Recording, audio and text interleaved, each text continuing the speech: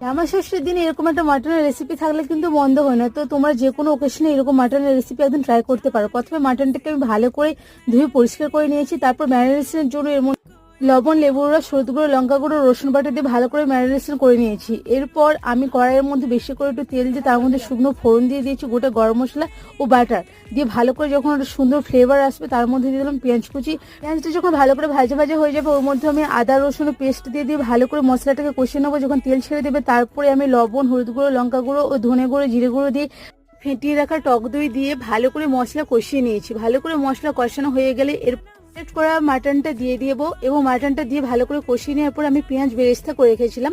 পেঁয়াজ বেরেস্তা যদি তুমি ক্রাঞ্চি করতে চাও তো তার উপর দিয়ে চিনি ছড়িয়ে দিতে পারো।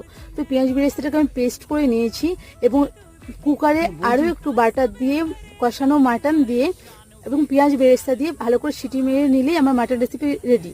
রেসিপিটি ভালো লাগলে